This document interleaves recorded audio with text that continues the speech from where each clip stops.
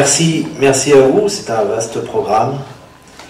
Alors en préparant tout ça, moi je viens de l'entreprise, donc et en plus dans une entreprise technique, donc je vais essayer d'être le moins technique possible pour essayer de bien partager ces informations-là.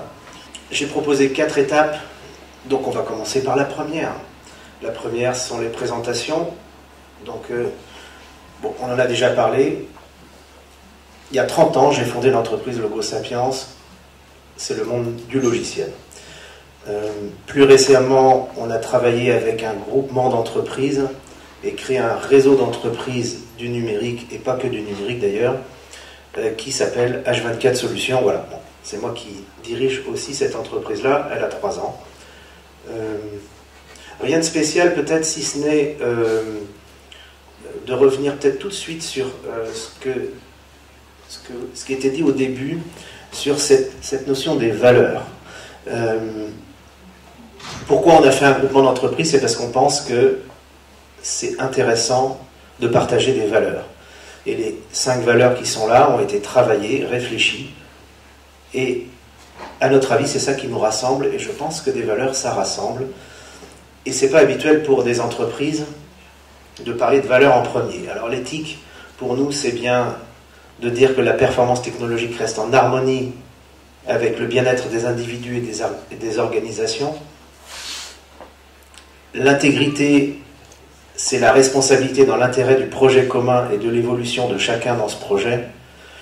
L'innovation, ça vous me concerne peut-être moins à titre particulier, mais c'est toujours imaginer et mettre en œuvre des solutions de pointe. Et moi, mon préféré, c'est quand même l'indépendance. C'est préserver pour les entreprises leur autonomie décisionnelle et leur faculté d'agir. Voilà. Le partage, c'est une valeur qui n'est pas habituelle en entreprise. En entreprise, on n'a pas l'habitude de partager parce que tout est payant, l'argent. L'addiction à l'argent, c'est quand même le monde de l'entreprise. Bref, en tout cas, l'indépendance est là et c'est ça qui va surtout faire vibrer pour moi cette présentation. Comment on fait pour conserver sa faculté d'agir. Alors j'avais fait un rapide historique de mon parcours, mais ça n'a pas vraiment une grande importance, donc on va passer très très vite. Voilà, c'est comme ça qu'on passe très très vite. Qu'est-ce que le Cloud Act? Alors, j'ai pris ces informations sur Infonet, parce que c'est quand même assez intéressant. C'est assez simple en fait, on va le lire ensemble, parce que finalement, je pense qu'une fois qu'on aura lu cette diapo-là, on peut presque s'arrêter là. Le Cloud Act est un ensemble de textes de loi mis en place en 2018 aux États-Unis sur le traitement des données informatiques. Il permet notamment au gouvernement américain d'exploiter librement des données personnelles de tous les individus américains et étrangers. Bon, ben voilà, déjà on est bien là. Qu'est-ce qui est imposé par le Cloud Act? Elles permettent de détourner les règles de protection des données qui seraient mises en place par les réglementations des pays de stockage.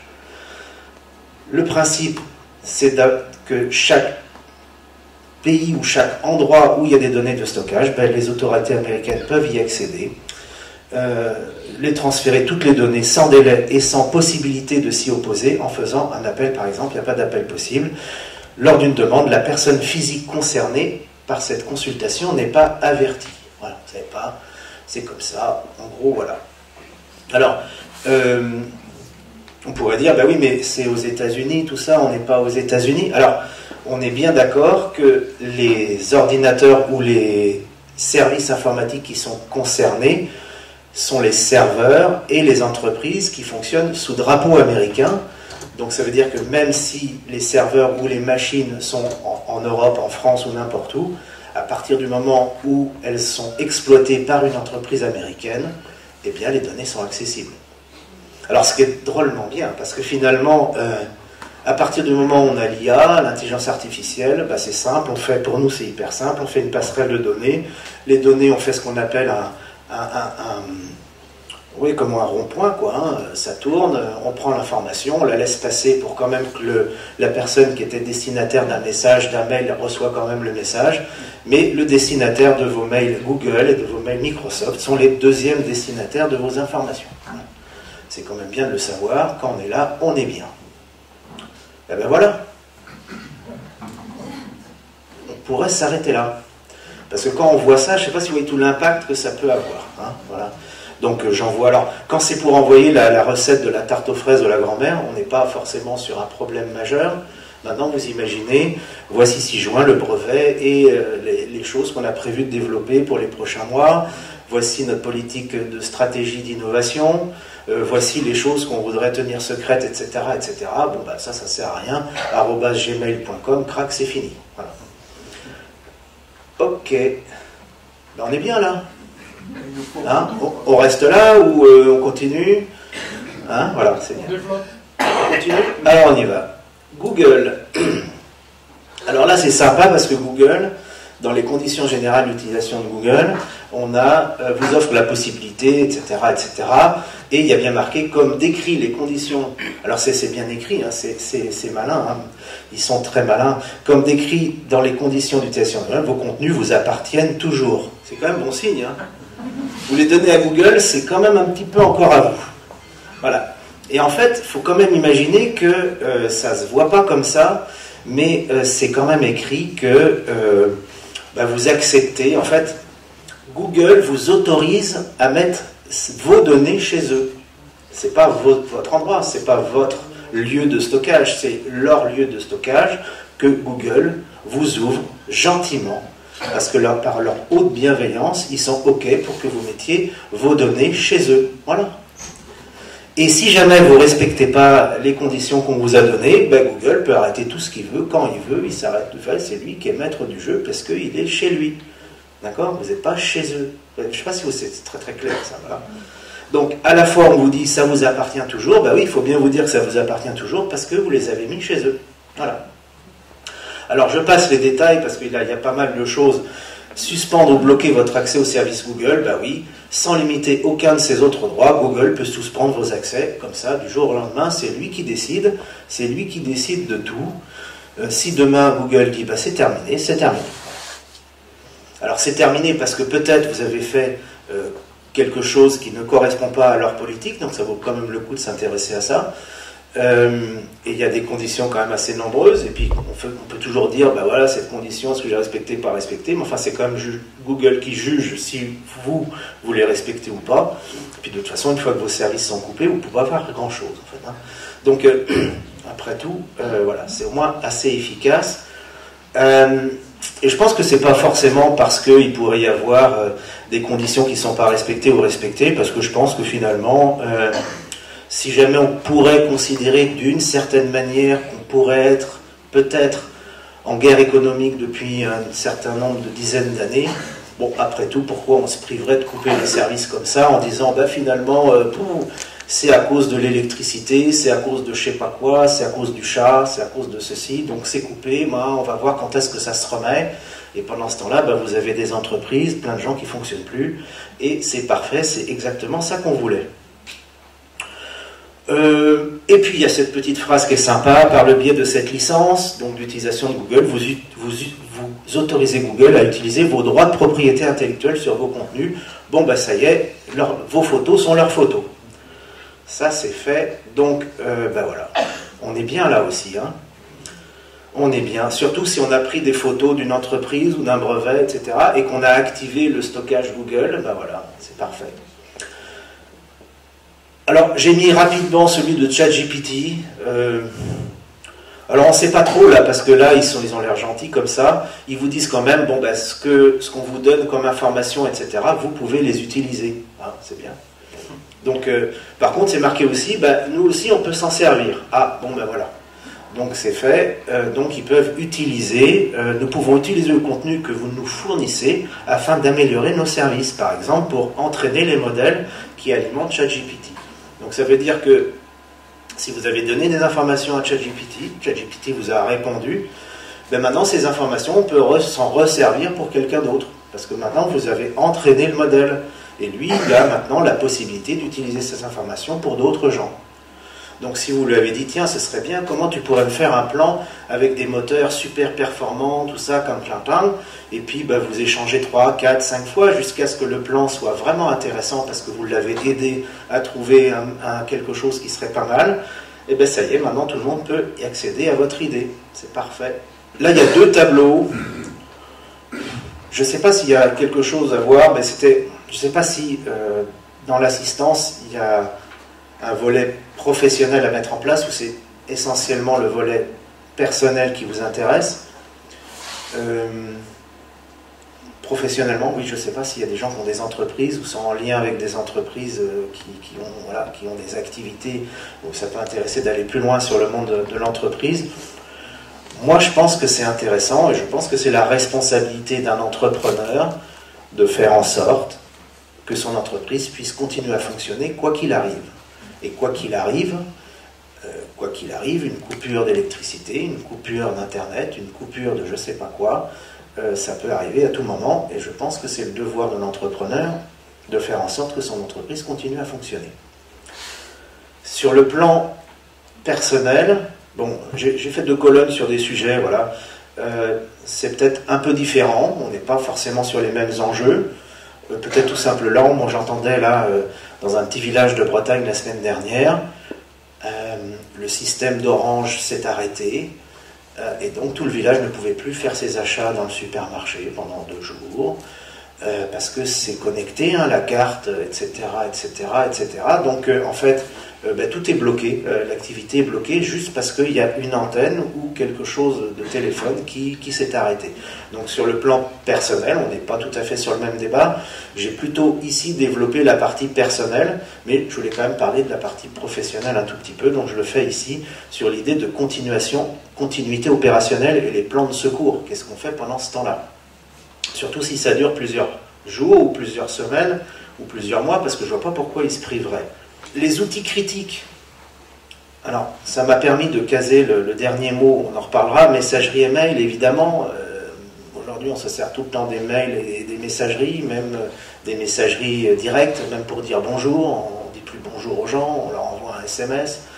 Si on lui a posé une question, on renvoie par SMS, on ne l'appelle même pas, ce serait quand même assez compliqué. Donc on s'est quand même habitué à rendre tout échange avec même les gens, même sa famille, même ses enfants, de passer par les textes. Voilà. Donc on s'est habitué à ça. Donc c'est forcément facile après d'espionner, hein, forcément, puisque tout est en texte, hein, il suffit de le lire. Le stockage des données, on en parlera plus tard. Les outils Office, ça c'est un sujet. Est-ce que j'utilise Word, Excel, etc. Enfin tous ces outils que vous connaissez plus ou moins. Alors à titre professionnel, évidemment, c'est au quotidien.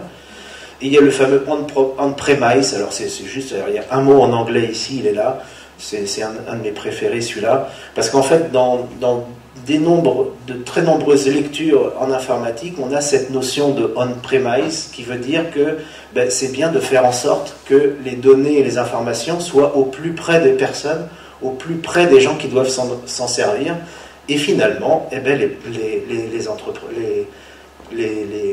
ceux qui proposent des services numériques font exactement tout le contraire. On ne sait pas du tout où c'est stocké et c'est très très loin de vous, quoi. Voilà. Mais j'aime bien le on-premise parce que c'est une forme de perversité redoutable dans l'expression. On dit mais oui, bien sûr, on fait ça. Et en fait, est-ce que c'est vraiment fait? Moi, l'enjeu que je vois principalement, c'est qu'est-ce qu'on fait en cas de coupure de service, parce qu'il n'y a pas de raison qu'ils se privent. Moi, je ne vois pas pourquoi ils s'arrêteraient en si bon chemin. En plus de ça, tout le monde s'est habitué à l'outil, donc il n'y a pas de raison. Moi, j'irais même juste, pour moi, c'est une forme d'emprisonnement. Hein, on vous donne des habitudes, qui vous piègent, et après, quand on veut, on vous piège, on vous arrête quand on veut. Il suffit juste d'appuyer sur un bouton.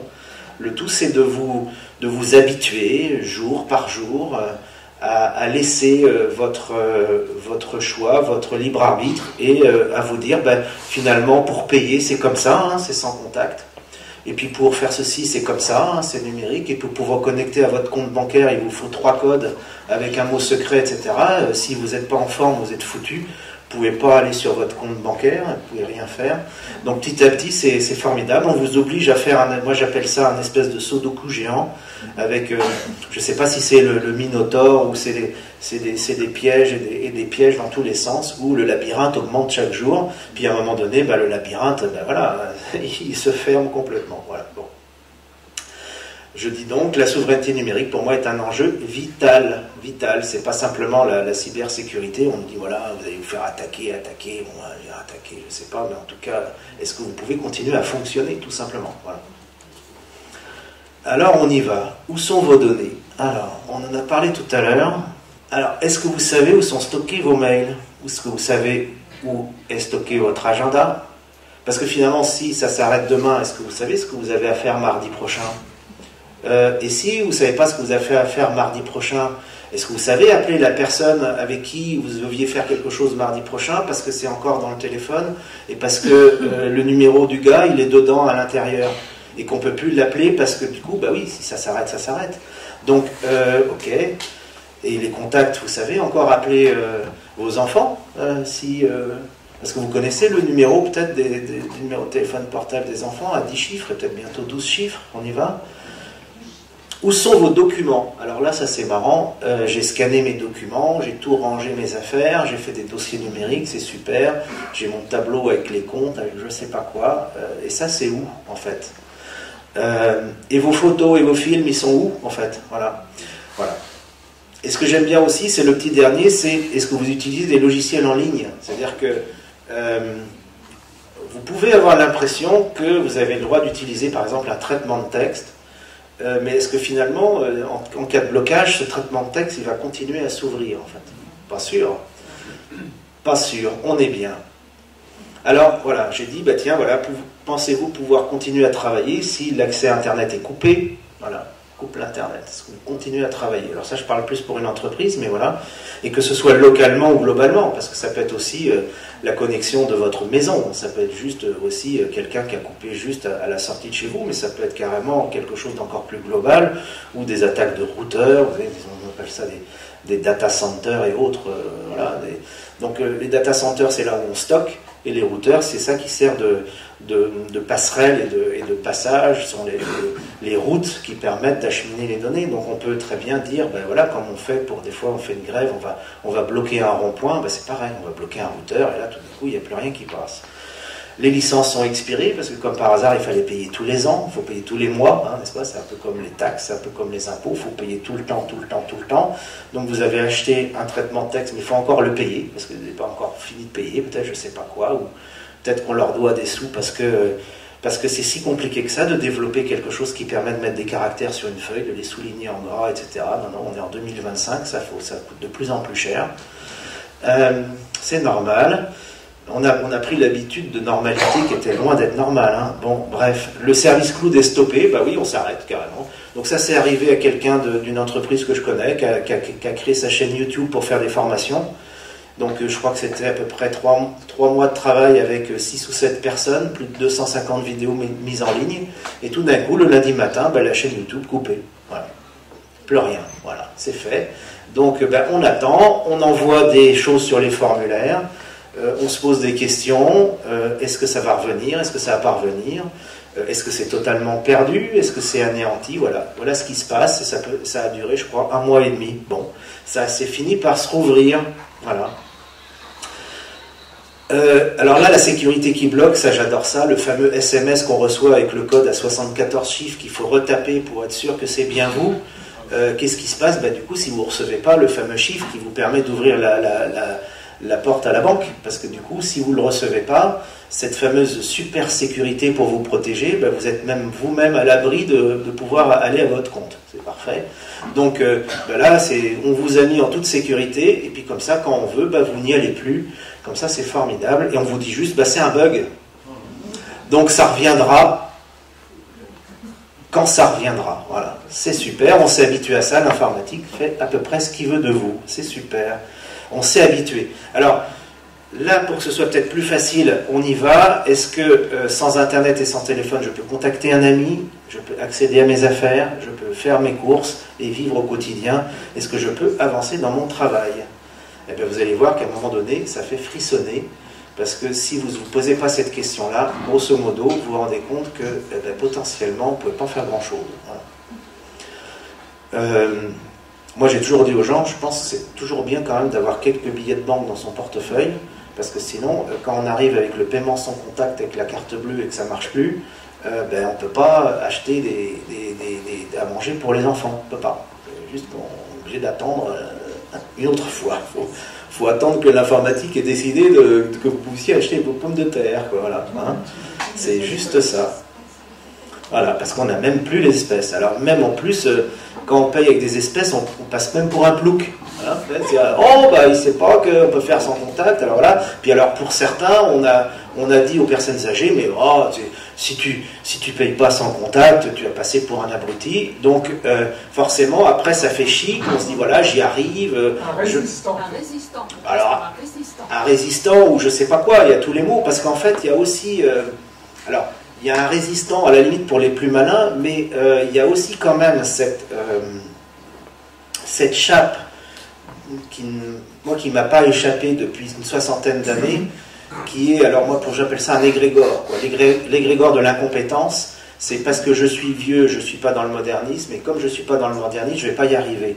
Et donc à chaque fois, il y a un peu cette espèce d'égrégore qui est là, et en plus on joue avec ça. Oh bah tu sais, moi, c'est plus de mon âge, alors je sais plus. Donc on s'habitue à ces phrases-là qui sont juste odieuses et insupportables. Voilà. Non, on faisait très très bien avant, et ça se passe très très bien aussi. On n'a pas besoin de s'accabler de soi-disant qu'on n'y arriverait pas, qu'on y arriverait, etc. Non, on fait les choses simples, et c'est très très bien comme ça. Contrôle des données, alors... Ça, c'est les 3 piliers fondamentaux. Alors, j'ai trouvé ça sur Internet. Je ne savais pas qu'il y avait 3 piliers. Pour moi, je me dis, bon, tiens, c'est sympa, les piliers, allons-y. Contrôle des données, ben oui, où est-ce que sont... Alors, hébergement des données, hébergement, on a tous compris, c'est là où ça loge, hein, c'est là où on les met. Apparemment, Google construit des data centers actuellement dans le nord de la France, à côté de Paris, là-bas. Est-ce que ça veut dire que pour le moment les données des Français ne sont pas en France? C'est possible. Voilà. Bon, bref, on ne sait pas où elles sont. Hein. Donc, est-ce que c'est Atlanta? Est-ce que c'est en Australie? On ne sait pas trop où elles sont. Bon, l'essentiel, c'est que vous ayez l'impression qu'elles soient proches de vous, hein, en province, mais est-ce qu'elles sont vraiment physiquement proches de vous? C'est pas sûr. Autonomie technologique, ça, voilà. Je ne sais pas comment dire ça, voilà, parce que ça, je ne sais pas comment dire ça pour que vous ne passiez pas pour quelqu'un qui est résistant au progrès, voilà, parce que c'est bien fait quand même la perversion du truc. Donc, si vous dites que voilà la technologie, etc., on va tout de suite vous donner une idée que ben voilà, vous n'êtes pas dans le coup. Hein. Et résilience numérique, ben voilà, c'est comment je fais pour continuer, même quand ça ne marche plus. Alors, j'y vais parce que ce que je vais dire là, c'est pas du tout agréable, c'est pas du tout sympa, et on a un peu l'impression d'être dans un... Alors moi, je rigolais ce matin, je dis on est encore dans un schéma d'addiction, parce qu'on nous a mis une addiction, cette espèce d'objet avec des écrans, etc., où tout le monde est dessus du matin au soir et regarde son écran, et bien finalement, on est dans un schéma d'addiction. Voilà. Il faut dire les choses. Donc sortir d'une addiction, c'est compliqué. C'est compliqué pour plusieurs raisons, parce qu'il faut faire un effort. Alors on n'a pas été habitué à faire des efforts, parce que depuis, voilà, on va dire depuis une dizaine, peut-être même une quarantaine d'années, on apprend aux gens à plus faire d'efforts. Et c'est pour ça d'ailleurs qu'ils se font piéger en permanence, parce que même maintenant pour ouvrir la porte de la maison, pof, on appuie sur le téléphone et la porte de la maison elle s'ouvre. C'est quand même magique, c'est super, plus besoin de clé, rien du tout, extraordinaire. J'aime bien cette idée de la clé de la maison sur le téléphone. Vous voyez où on peut aller, hein, c'est énorme. Et donc on ne fait plus du tout d'effort. Alors quand il faut faire un effort, c'est oh là là, est-ce que je vais y arriver? Et est-ce que c'est vraiment essentiel? Est-ce que je ne pourrais pas quand même faire autre chose que ça? Alors, la première idée, et on a travaillé là-dessus avec une équipe ici, dire, je pense que ça vaudrait bien déjà d'avoir peut-être un ordinateur portable sous Linux. Alors, vous allez me dire, ça y est, il revient avec son truc, il nous reparle encore de son satané machin, on ne sait pas trop ce que c'est, encore un gros mot, voilà. Parce qu'en fait, Linux, c'est un système qui est libre de droit. Donc logiquement, vous n'avez pas besoin de payer pour avoir ça, et vous n'avez pas besoin de payer pour continuer à avoir ça. Parce qu'il y a l'idée de payer pour l'avoir et de payer pour continuer à l'avoir. Parce que là, c'est marrant, Microsoft dit il faut payer pour continuer à avoir ce que vous avez déjà payé. Ça c'est l'habitude, hein, c'est juste normal. Hein, ça vous semble normal. Moi, pas trop. Alors, on se dit, tiens, alors on a tous un ordinateur, voilà, on ne sait même pas trop si c'est Windows ou autre chose. Puis en plus de mettre autre chose, enfin, ça semble juste hallucinant. Donc on a dit aux gens, je pense qu'il y a un truc qui peut être pas mal de faire. Ça vaut le coup d'essayer. Je vous conseille de le faire. On peut vous aider pour faire ça. C'est de prendre le vieil ordinateur qui est tout poussiéreux dans le placard, là, qui ne sert plus, l'ancien ordinateur portable, de souffler un bon coup dessus, enlever la poussière, et de se dire, bah tiens, et sur ce machin-là, si je mettais Linux. Voilà. C'est pas si compliqué que ça se fait à peu près en un quart d'heure, 20 minutes, et après, c'est là qu'on découvre que bah, c'est pas si simple, c'est pas difficile du tout. On peut y arriver très simplement, et que finalement, ben, on a fait quelque chose qui est de dire, bah, tiens, maintenant j'avais un ordinateur qui marchait plus, qui était trop vieux. Ben, en plus, avec Linux, ben, il est pas trop vieux, il va vite. Parce que comme par hasard, ben, finalement, quand on met Linux dessus, ben, ça va plus vite. Ah, bon, ben, ça vaut le coup d'essayer, non? En plus, il n'y aura pas de clé de verrouillage de système. Quand on sera passé une certaine date, ça marchera encore. Et puis voilà, quoi. Premier conseil. Alors, je ne sais pas, à partir de ce moment-là, si je continue ou si ça vous parle, ce que je dis, parce que j'imagine que là, j'ai commencé à parler un peu de technique. Bon, je continue quand même. Ben oui, pareil pour les logiciels, parce que si vous avez le pack Office ou les logiciels Office, etc., ben même combat, dès qu'on a envie de couper les choses, ben c'est possible de les couper. Alors, est-ce qu'il n'y a pas des logiciels qui marchent tout seuls, qu'on n'a pas forcément besoin d'acheter et qui peuvent continuer à fonctionner même quand on ne continue pas à payer? D'ailleurs, c'est bien, on n'a pas besoin de les payer. Donc là, moi, j'en ai mis 3. Moi, je ne vois pas comment on peut s'en passer de ne pas utiliser ces 3-là. Voilà. LibreOffice, bon, c'est le Office qui est libre du monde entier, hein, c'est très utilisé. Il n'est pas tout à fait pareil que ceux de Microsoft, et généralement les gens s'en plaignent, ils disent c'est pas tout à fait pareil, et ils ont raison, c'est pas tout à fait pareil. OnlyOffice, c'est un gratuit aussi. Alors là, celui-là, il est un peu plus pareil, et ça ressemble mieux, et généralement les gens arrivent à s'en servir relativement bien, et celui-là, il coûte 0 €, et il n'y a pas de mise à jour, et il n'y a pas à payer tous les mois. Thunderbird, c'est un outil qui remplace ou qui est l'équivalent de Outlook, hein, le fameux Outlook, hein, voilà. Donc, et qui, alors évidemment, alors là c'est toujours le même schéma, mais tu sais, c'est pas tout à fait pareil, et puis j'arrive pas à retrouver mes affaires, etc., etc. C'est normal, ça c'est le petit prince, c'est le temps que tu as passé avec ta rose. Voilà, si tu t'es entraîné 30 ans sur une ergonomie, évidemment, la nouvelle ergonomie, les nouveaux écrans, les nouveaux menus, les nouvelles choses, ben c'est plus compliqué parce que c'est pas au même endroit, donc ça change, donc il faut s'habituer, donc il faut s'entraîner comme si on allait dans une salle de sport. Il faut essayer, il faut persister, et au bout d'un moment on y arrive, mais on remplace pas. Oui, pardon. Les Thunderbird, c'est des mails? Les Thunderbird, c'est pour les mails, ouais. Voilà, messagerie mail. Donc c'est drôlement intéressant parce que c'est ce qui permet, même quand vous êtes dans le train, de synchroniser vos mails, de les rédiger, etc. Même si ce n'est pas en mode connecté, etc. Et ça repart. C'est exactement la même chose qu'Outlook. Mais vous allez voir, les menus ne sont pas au même endroit, j'ai pas la même habitude, c'est pas tout à fait pareil, etc., etc. Il faut recommencer à s'entraîner. D'ailleurs, c'est peut-être d'ailleurs pas par hasard que nos amis de Microsoft font en sorte de donner leur logiciel pour les gens qui sont à l'école. Ben oui, parce que s'ils sont tout de suite entraînés avec ça dès l'âge de 10 ans, évidemment, 15 ans après, ils ne vont pas vouloir autre chose. Voilà. Ça, c'est normal. Voilà. Donc, c'est donc un effort à faire, et je vous garantis que moi-même, Thunderbird, il m'a fallu quand même plusieurs mois pour me dire, oui, ça y est, j'ai été désintoxiqué. Voilà. Parce que c'est plus compliqué, parce que c'est pas pareil, parce que ceci, parce que cela. Et pour Teams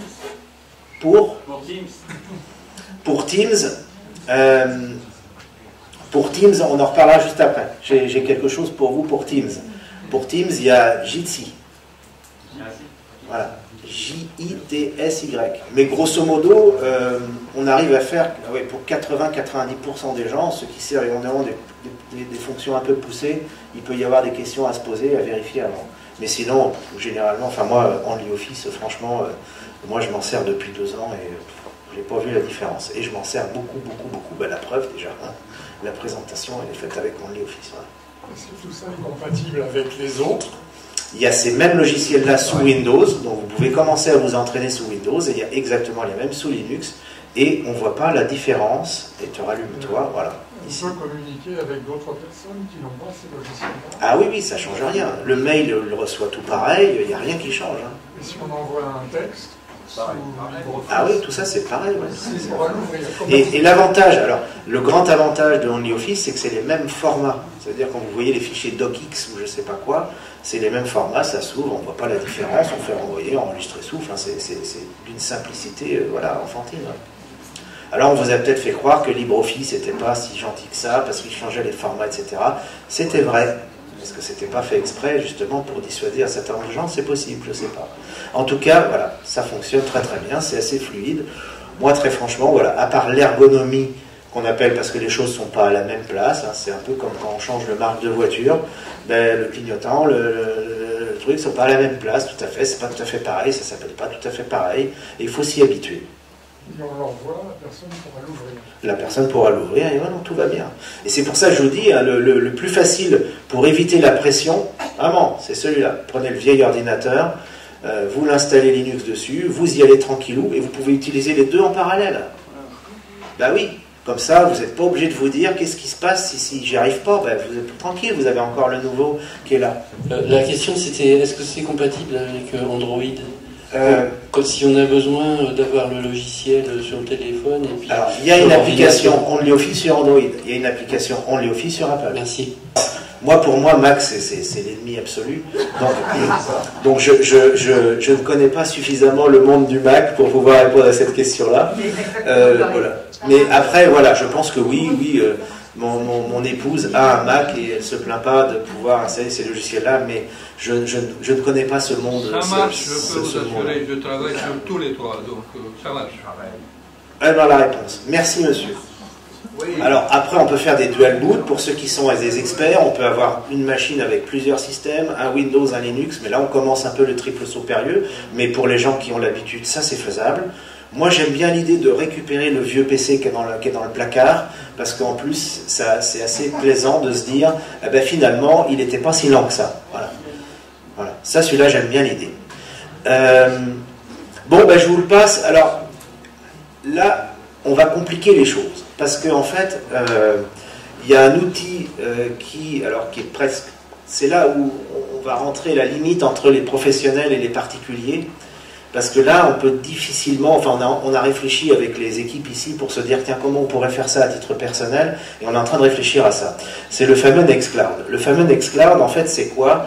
C'est une suite logicielle qui permet de faire un certain nombre de choses, et qui est la même chose que Google, Microsoft et autres, et c'est Nextcloud. Alors, pourquoi je parle de Nextcloud? Parce qu'on peut en héberger, on met des serveurs, etc., on met Nextcloud dessus, et on a exactement la même chose que Google, stocker ses données, etc., etc., etc. Alors, quand c'est pour une entreprise, ben c'est assez facile parce que ça va concerner 10 personnes, 20 personnes, 30 personnes, mais on peut réfléchir, et nous on a commencé à réfléchir là-dessus, on n'a pas encore abouti, ça faisait partie des échanges avant qu'on prépare n'est-ce pas, qu'on prépare cette conférence-là, c'est comment on fait si on est un individu, parce que ben, y a forcément un peu plus de boulot, on ne peut pas faire ça toujours soi-même, etc., surtout en mode hébergé, ou surtout si on veut mettre un outil comme ça pour soi à la maison tout seul. Je pense qu'on reviendra vers vous par rapport à ce genre de sujet, parce que, voilà, vous allez comprendre pourquoi juste après. Alors, pourquoi je le dis? Parce qu'on a travaillé, nous, sur quelque chose qui s'appelle H24 Office, et en fait, qui est un habillage, qui est une simplification, qui est une automatisation du fameux Nextcloud. Nextcloud, c'est pareil, c'est dans le monde libre, et ça nous permet de faire des clouds pour gérer les documents, et surtout que ces documents, ils sont sur nos serveurs, et notamment sur les serveurs qu'on loue, nous, chez quelqu'un qui partage nos valeurs. C'est pour ça que c'était important que je vous le dise au début. Partager nos valeurs et au-delà de ces valeurs, ça peut être intéressant en disant, bah tiens, du coup on est sûr de là où sont localisées les données, puisqu'on peut même avoir l'adresse, et on peut même appeler la personne qui s'en occupe, puisque lui, il est un data center tier 4, on ne peut pas faire plus haut que ça en France, et on a mis des serveurs là-bas pour ceux qui voudraient avoir des H24 Office ou des Nextcloud. Pour le moment, je n'ai pas la solution à titre personnel, parce que le premier abonnement d'un H24 Office, c'est 36 € par mois, donc c'est cher pour un particulier, et ça paraît complètement difficile de dire à des gens, ben, vous allez commencer à payer quelque chose alors que c'était gratuit, quoi. Bon, alors si c'était gratuit, c'était parce que c'était vous le client, mais en même temps, ou c'était vous qui étiez emprisonné, mais bon, en même temps. Donc on est en train de réfléchir à comment on pourrait pas, par exemple, faire un H24 Office mutualisé à une centaine de personnes, qui ferait que peut-être il y aurait une solution pour ça, un peu plus sympathique. Voilà, on est en train de réfléchir à ça, ça fait partie des sujets, et on espérait pouvoir présenter quelque chose là, mais c'est quand même un peu plus de travail, et réfléchissons-y, voilà. Synology, j'en parle, c'est assez sympa, c'est des petites boîtes comme ça, toutes noires, ça ne coûte pas si cher que ça, vous pouvez les mettre chez vous, et vous pouvez stocker plein de choses, stocker vos photos, notamment, voilà, sortir les photos, par exemple, de la chose dont vous avez parlé tout à l'heure, Apple, voilà, voilà, de Google, voilà, bon, sortir les photos d'ici et les mettre dans la boîte qui est chez vous. Alors après, c'est toujours pareil, si ça prend feu chez vous, etc., etc. Alors il y a peut-être un mix à trouver, mais ça, effectivement, ça évite peut-être qu'un jour vous n'y ayez plus accès du tout. Et en tout cas, ça vous évite aussi de payer au bout d'un moment, parce que c'est assez pervers, hein. Vous mettez des photos, puis après on dit, ben, on peut plus mettre de la place, il faut payer. Parce que vous avez atteint la limite, c'est votre limite, hein, c'est devenu votre espace, donc c'est devenu votre limite, et il faut payer pour ça. Et puis en plus, comme vous n'avez jamais pris l'habitude de stocker, de ranger des choses, ben, ça vous paraît complètement infaisable, et vous n'avez pas fait l'entraînement rangement de mes affaires, quoi. Donc voilà. Et NASkeeper, c'est une entreprise avec qui on travaille, qui peut permettre de mettre justement cette boîte sur Internet, dans un data center, qui vous permet d'avoir le bénéfice, en fait, d'avoir vos affaires à un endroit sur Internet. Ça, c'est pareil, ce sont des outils, alors, j'ai mis OVH Webmail, parce que finalement, OVH est quand même en France, et leurs serveurs sont quand même en France, donc il n'y a pas de raison de ne pas parler d'OVH. On peut avoir une boîte mail pour... on va dire une vingtaine d'euros par an, c'est pas si cher que ça, et là au moins on est sûr qu'on a ces mails en France. ProtonMail et Tutamail, voilà, ce sont des gens qui proposent des mails libres, confidentiels, etc., qui permettent pour vous d'avoir des boîtes mail qui sont, voilà, gratuites. ProtonMail, c'est des boîtes mail gratuites. Et puis nous, évidemment, on a nos propres boîtes mail aussi, mais c'est pareil. Là, on n'est pas sur du gratuit. Voilà. Alors ProtonMail, a priori, ils étaient en Suisse au début, et maintenant ils ont déménagé en Finlande. Ouais. C'est bien, sinon. Donc ils ont, voilà. Donc ProtonMail, voilà, c'est très très connu, hein, on utilise beaucoup ProtonMail, hein, voilà. Après, la question qu'on se posait, voilà, est-ce qu'on ne fait pas un H24 Office pour tout le monde, et puis bref. Alors là, c'est des gros mots, on va passer vite. L'avantage de Nextcloud et éventuellement de H24 Office, c'est que ça vous permet aussi de stocker vos contacts, c'est-à-dire que vos contacts, vos listes de contacts qui sont dans votre téléphone, mais vous ne savez pas où sont les noms et les prénoms des gens, etc. Je ne sais pas si vous avez par précaution fait un export de tout ça en tableau, etc., pour garder vos contacts, parce qu'en fait, quand vous changez de téléphone, vous faites automatiquement le passage et la sauvegarde de tout ça, donc c'est par leur haute bienveillance.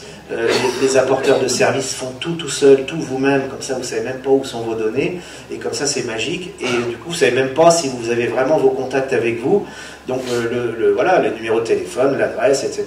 des gens, vous ne savez pas où ils sont. Donc ça, j'ai mis des gros mots, hein, CardDAV et CalDAV sont des techniques qui permettent de synchroniser les annuaires et de faire en sorte que vous puissiez les gérer et savoir où sont vos données, voilà, pour de bon. Voilà. Là, on rentre un petit peu plus dans la technique, mais voilà. Et puis voilà, on arrive à la fin. J'ai testé pour vous. Il y a plusieurs gens voilà, c'est bien ça. Il y a plusieurs possibilités. Il y en a une qui s'appelle Lineage OS. Voilà. Et Lineage, c'est oui, on peut avoir un téléphone qui n'est pas Android et qui n'est pas Apple. J'en ai un avec moi, je peux vous montrer si vous voulez voir. Ça s'appelle un Lineage OS. Et là-dedans, il y a comme un bouton qui dit d'ailleurs couper le micro. Et quand couper le micro, il est vraiment coupé. Voilà. Parce que peut-être que votre téléphone, ou peut-être que votre Android, ou peut-être que votre monstre avec un A et deux P, un L et un E, peut-être que celui-là n'arrête jamais son micro, peut-être que même quand vous avez mis en mode avion, peut-être qu'il se passe encore des choses, etc. Donc voilà, Lineage OS. On a testé pour vous, on n'est jamais trop sûr que ça va jusqu'au bout, mais on a donne l'impression quand même que ça va un peu plus loin que certaines choses. Voilà. Et peut-être, voilà, c'était ça où j'en étais arrivé, c'est l'atterrissage. c'est magnifique. Et si nous construisions une solution ensemble, alors c'était l'idée qu'on pouvait peut-être faire ici, on en reparlera après. On se fait un nom de domaine, et puis finalement, s'il y a un collectif de gens qui est intéressé, eh bien on met un serveur, on fait quelque chose, et là on met tout le monde à l'abri. Voilà. Ça pourrait être une idée. Voilà, c'était ça l'idée de maintenant et de l'atterrissage. Merci à vous, merci beaucoup.